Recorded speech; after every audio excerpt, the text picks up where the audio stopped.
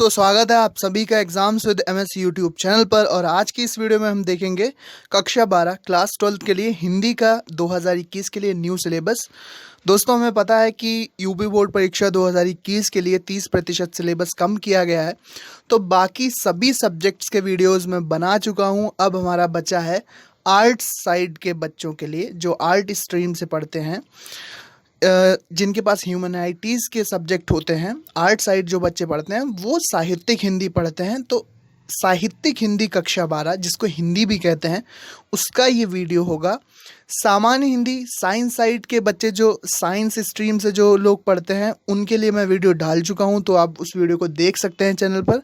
आज हम बात करेंगे कक्षा 12 हिंदी, यानी कि साहित्यिक हिंदी, जिनके पास अर्थशास्त्र, समाजशास्त्र, नागरिक शास्त्र, इस तरह के विषय हैं, उनके लिए ये वीडियो है। तो हिंदी कक्षा 12 में हिंदी कक्षा 12 आर्ट स्ट्रीम के लिए अब हम 30% सिलेबस देखेंगे, जो कि हटाया गया है। दोस्तों, ये सिलेबस क्यों हटाया गया है? ये सिलेबस इसलिए हटाया गया है क्योंकि कोविड-19 के चलते समय पर पढ़ाई स्टार्ट नहीं हो पाई है। इसलिए सरकार ने ये निर्णय लिया था पिछले कुछ दिनों में कि 30% सिलेबस को इस वर्ष घटाया जाएगा। 2021 की जो बोर्ड परीक्षा होगी कक्षा 12 की, उसमें इस सिलेबस से प्रश्न नहीं आएंगे। चलिए देखते हैं। तो सबसे पहले हम देख सकते हैं कि यहाँ पर नोटिस दी है कि कोविड-19 के चलते जो 30% पाठ्यक्रम कम किया गया है वो निम्न प्रकार है। तो गद्य में क्या हटाया गया है, चलिए थोड़ा सा मार लेते हैं जूम और अच्छे से हम देखते हैं। तो गद्य कक्षा 12 हिंदी आर्ट साइड के जो बच्चे हैं, आर्ट स्ट्रीम से जो पढ़ते हैं, गद्य में हटाया गया है उनके चैप्टर नंबर 2 जैनेन्द्र कुमार, इनका गद्य हुआ करता था भाग्य और पुरुषार्थ। भाग्य और पुरुषार्थ ये हटाया गया है। फिर कन्हैयालाल मिश्र प्रभाकर का रॉबर्ट नर्सिंग होम में ये एक पाठ था, ये एक अध्याय था, इसको हटाया गया। फिर चैप्टर नंबर 7 हरिशंकर परिसाई का गद्य था निंदा रस, इसको हटाया गया है। तो ये 3 चैप्टर आपके गद्य से हट गए हैं। अब देखते हैं हम कथा साहित्य से क्या क्या हटाया गया है। तो कथा साहित्य में भीष्म साहनी द्वारा लिखित कथा खून का रिश्ता, ये हटाया गया है। शिवानी की कथा लाटी, ये हटाई गई। 2 कथाएं आपकी हटी हैं कथा साहित्य से। अच्छे से समझिए, कोई बड़ी बात नहीं है। 30% कम किया गया, जान लीजिए, आपके लिए ही काम आएगा। एग्ज़ाम में मत ये पढ़ के जाना, तो आपको कोई प्रॉब्लम नहीं होगी। ये बिल्कुल 100% सच बात है। बहुत से कमेंट आते हैं कि भाई ये सच है या झूठ है, तो सच है भाई। यूपी बोर्ड की वेबसाइट पर जाकर आप चेक कर सकते हैं कि 30% सिलेबस कम किया गया है। वहाँ से आप सिलेबस को डाउनलोड भी कर सकते हैं। कक्षा 9, 10, 11, 12 किसी भी कक्षा के लिए आप किसी भी सब्जेक्ट का सिलेबस डाउनलोड कर सकते हैं। अगर आप 9th का डाउनलोड करेंगे, 10th का डाउनलोड करेंगे, तो सभी सब्जेक्ट्स का सिलेबस निकल आएगा, वहाँ पर आप चेक कर लीजिए। काव्य में देखते हैं कि काव्य में कौन कौन सी कविताएँ हटी हैं। तो भैया, काव्य में हम यहाँ पे देखेंगे कि काव्य में कविता नंबर 2 हुआ करती थी जगन्नाथ दास रत्नाकर, उद्धव प्रसंग और गंगावतरण। ये 2 कविताएं इनकी हट गई हैं। फिर मैथिली शरण गुप्त की कविता कैकेयी का अनुताप गीत, जयशंकर प्रसाद के गीत, सूर्यकांत त्रिपाठी निराला द्वारा रचित कविता संध्या सुंदरी, ये हटी है। फिर सुमित्रा नंदन पंत की कविता परिवर्तन, ये हटी है। फिर देखते हैं रामधारी सिंह दिनकर की कविता पुरूरवा और उर्वशी, ये भी हट गई हैं, पुरूरवा और उर्वशी। संस्कृत दिग्दर्शिका में हम देखते हैं कि क्या हटा है। तो संस्कृत में आपके जातक कथा नाम का चैप्टर हटा है, जो कि चैप्टर नंबर 5 हुआ करता था। और फिर हमारा हटा है नृपति दिलीपा, ये 6 नंबर का चैप्टर हुआ करता था, होता है, किताब में दिया होगा, लेकिन इस वर्ष आपको नहीं पढ़ना है। इसको हटाया गया, एग्जाम्स के सिलेबस से इसको कम कर दिया गया है। आप इस तरह से समझिए, एग्जाम में अब इन पाठों से प्रश्न नहीं आएंगे। तो पांचवा और छठा अध्याय संस्कृत से हटाया गया है। अब देखते हैं कि हमें कौन कौन से चैप्टर पढ़ने हैं और क्या क्या पढ़ना है, किस तरह से तैयारी करनी है। तो यहाँ पर आप देख पा रहे होंगे कि जो 70% पाठ्यक्रम है वो क्या है।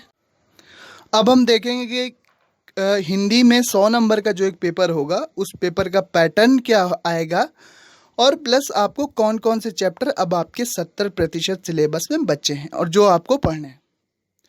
तो सबसे पहले हम यहाँ पर देखेंगे कि हिंदी गद्य का विकास, हिंदी गद्य का साहित्य, 5 नंबर की उससे बहुविकल्पीय प्रश्न आते हैं, हम जानते हैं।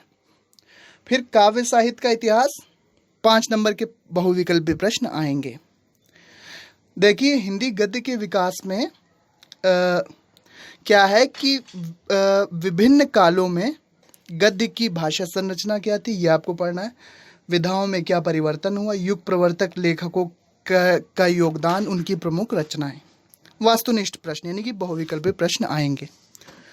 फिर काव्य साहित्य के विकास में भारतेंदु युग, द्विवेदी युग, छायावाद, प्रगतिवाद, प्रयोगवाद, नई कविता इत्यादि की काव्य प्रवृत्तियाँ, उनमें परिवर्तन, प्रतिनिधि कवि कौन थे और उनकी प्रमुख रचनाएं। इस तरह के बहुविकल्पी प्रश्न आते हैं ना कि आपको कोई रचना दे दी जाएगी कि इसके लेखक कौन है, या ये किसकी कविता है, ये किस विधा की रचना है। इस प्रकार के बहुविकल्पी प्रश्न आएंगे। गद्य साहित्य से 5 नंबर के, काव्य साहित्य से 5 नंबर के, 10 नंबर के बहुविकल्पी प्रश्न आएंगे। अच्छे से तैयार कर लीजिए, 10 पक्के हो जाएंगे आपके। फिर पाठ्यक्रम में निर्धारित गद्यांशों पर आधारित 5 प्रश्न, एक गद्यांश दिया जाएगा, एक पैसेज दिया जाएगा हिंदी में, उसके नीचे लिखे होंगे 5 प्रश्न, उसके उत्तर देना है 10 नंबर में। प्रत्येक प्रश्न 2 नंबर का, तो 10 नंबर का प्रश्न। इसी तरह से पाठ्यक्रमों में निर्धारित पद्यांशों पर आधारित 5 प्रश्न, एक कविता दे दी जाएगी, उसके नीचे 5 प्रश्न लिखे होंगे, 5 प्रश्नों के उत्तर दे दीजिए, आपको 10 नंबर मिल सकते हैं अगर आप उसको अच्छे से प्रश्नों के उत्तर लिखेंगे। फिर संकलित गद्य के पाठों के लेखकों का साहित्यिक परिचय यानी कि जीवन परिचय, उनकी जीवनी कृतियां तथा भाषा शैली। अधिकतम शब्द सीमा है 80 शब्दों में आपको जीवन परिचय लिखना है किसी एक लेखक का, 5 नंबर का आएगा। फिर इसी तरह से किसी कवि का, जो कवि आपके सिलेबस में, मैं अभी आपको बताऊंगा कि कौन से कवि और कौन से लेखक अब आपके सिलेबस में हैं। तो एक कवि का जीवन परिचय में भी उनकी जीवनी कृतियाँ, साहित्यिक विशेषताएं, अधिकतम शब्द सीमा 80, ये भी 5 नंबर का आएगा। तो 2 जीवन परिचय 10 नंबर में पूछे जाएंगे। अब देखते हैं कहानी और चरित्र चित्रण। कथा साहित्य से आएगा, जो कथाएं हमारी कथा भारतीय होती है उसमें से किसी कहानी के जो चरित्र होते हैं उनका चरित्र चित्रण करना है। कहानी के तत्वों तथा तथ्यों पर आधारित लघु उत्तरीय प्रश्न, अधिकतम शब्द सीमा 80, 5 नंबर का प्रश्न आएगा।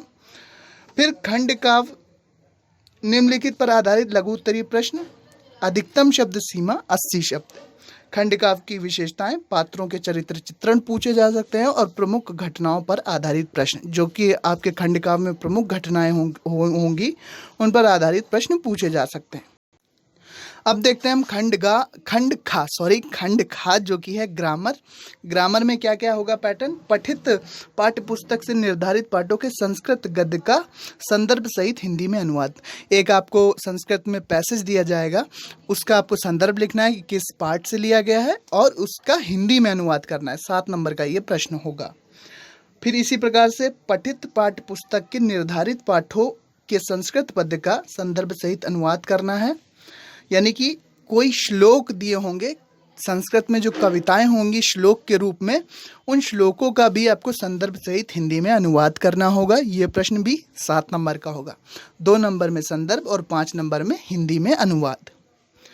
फिर देखते हैं हम पाठों पर आधारित अति लघु उत्तरीय प्रश्न, संस्कृत का उत्तर, यानी कि 2 प्रश्न आपको दिए जाएंगे, 2 प्रश्न दिए जाएंगे 2-2 नंबर में, जिनका आपको उत्तर संस्कृत में ही लिखना होगा।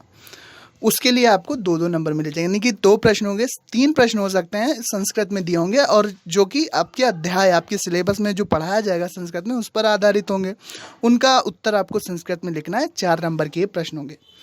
फिर देखते हैं हम काव्य सौंदर्य के तत्व। अब काव्य सौंदर्य के तत्व में क्या क्या है, रस, छंद और अलंकार होते हैं। काव्य सौंदर्य के तत्वों में रस, छंद और अलंकार होंगे। तो सभी रस आपको तैयार करने हैं, उनकी परिभाषा, उदाहरण और पहचान। 2 नंबर में रस आएगा। अलंकार में, शब्द अलंकार में आपके सिलेबस में अनुप्रास अलंकार, यमक अलंकार, श्लेष अलंकार, इनकी परिभाषा और उदाहरण आपको तैयार कर लीजिए, 2 नंबर आपके हो जाएंगे। फिर अर्थ अलंकार में उपमा, रूपक, उत्प्रेक्षा, संदेह, भ्रांतिमान, अन्वय, प्रतीप, दृष्टांत, अतिशयोक्ति, परिभाषा एवं उदाहरण।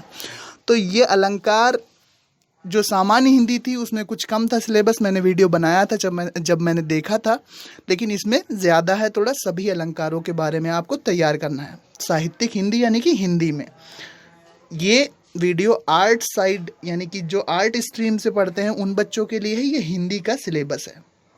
सामान्य हिंदी के लिए मैं वीडियो डाल चुका हूँ, मैं आपको क्लियर कर देना चाहता हूँ, इसीलिए मैं ये आपको बार बार बताने की प्रयास कर रहा हूँ, बार बार बताने की कोशिश कर रहा हूँ। चलिए अब देखते हैं छंद में हमें क्या क्या पढ़ना है। तो छंद में हमें मात्रिक छंद, चौपाई, दोहा, सोरठा, रोला, कुंडलियाँ, हरिगीतिका, बरवय, इनके लक्षण एवं उदाहरण पढ़ने हैं, 2 नंबर में आएगा।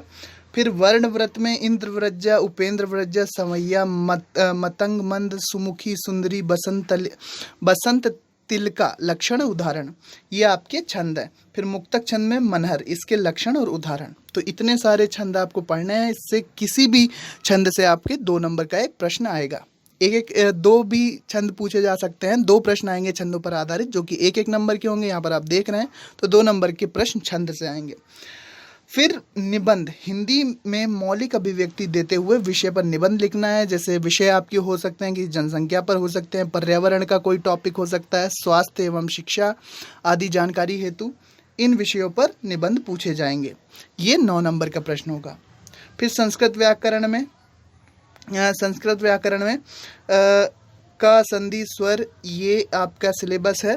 फिर व्यंजन में ये संस्कृत में आपका सिलेबस है, आप इसको देख लीजिए कि क्या क्या आपको पढ़ना है। मैं यहाँ पर नहीं पढ़ पा रहा हूँ ठीक से, आप इसको देख लीजिएगा। फिर 13 नंबर में प्रश्न, जो यहाँ पर आप देख सकते हैं कि यहाँ पर क्या लिखा है, क्रम संख्या 13 एवं 14 से वास्तुनिष्ठ यानी कि बहुविकल्पीय प्रश्न पूछे जाएंगे।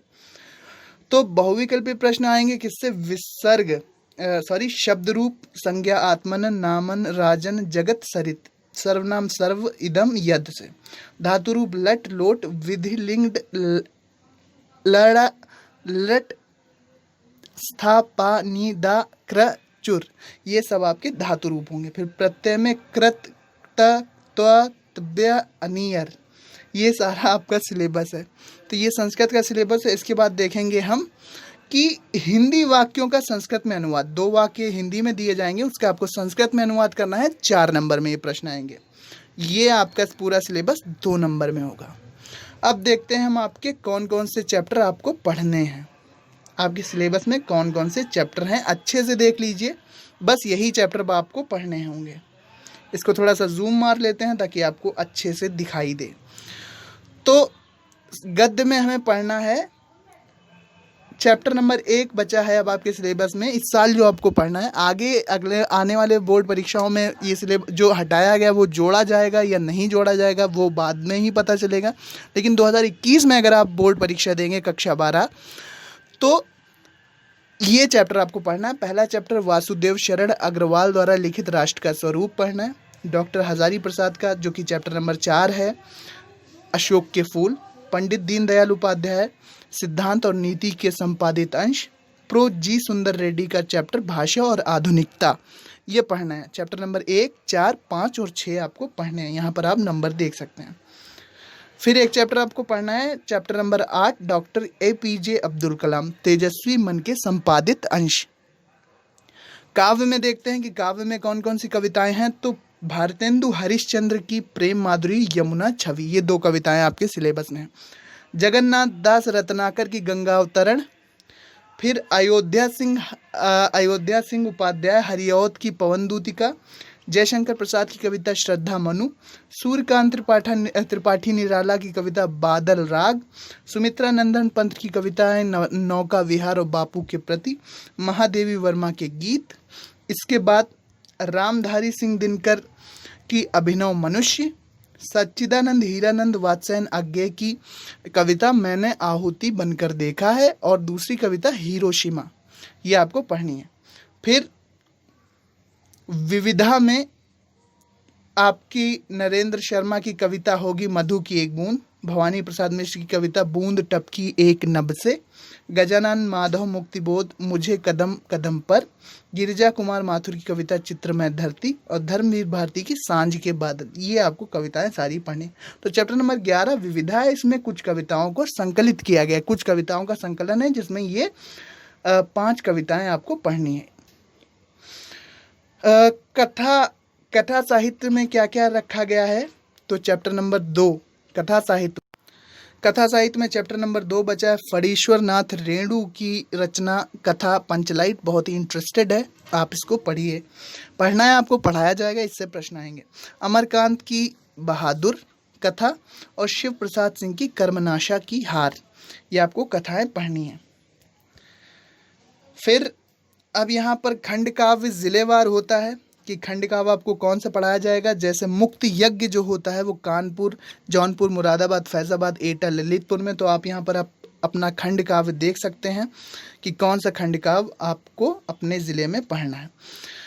इसके बाद हम यहाँ पर देखेंगे कि खंड खा यानी कि संस्कृत में हमारे कौन कौन से चैप्टर हैं। तो संस्कृत में हमारे चैप्टर बचे हैं चैप्टर नंबर 1 भोजस्योदार्यम संस्कृत भाषा महत्वम, 3 नंबर आत्मज्ञा एवं सर्वज्ञ श्रुतवर्णनम, 7 नंबर महाश्री दयानंद सुभाषिनी रत्नानी महामना मालवीय पंचशील सिद्धांत दूत वाक्यम परिशिष्ट व्याकरण शब्द रूप धातु रूप। ये आपको सब दिए गए होंगे आपके सिलेबस में। तो ये चीज़ देखिए, सामान्य हिंदी का अब आया सिलेबस, सामान्य हिंदी का वीडियो मैं बना चुका हूँ। तो यहाँ पर हमारा हिंदी का सिलेबस आर्ट्स स्ट्रीम से जो बच्चे पढ़ते हैं, आर्ट साइड जो बच्चे पढ़ते हैं उनके लिए है ये। तो खंड काव्य आप यहाँ पर देख लीजिएगा कि आपके ज़िले में कौन सा खंड काव्य पढ़ाया जाएगा, अपने टीचर से भी आप पूछ सकते हैं। इसके अलावा ये सिलेबस आप डाउनलोड कर लीजिए ताकि अच्छे से आप इसका PDF देख पाएँ। upmsp.edu.in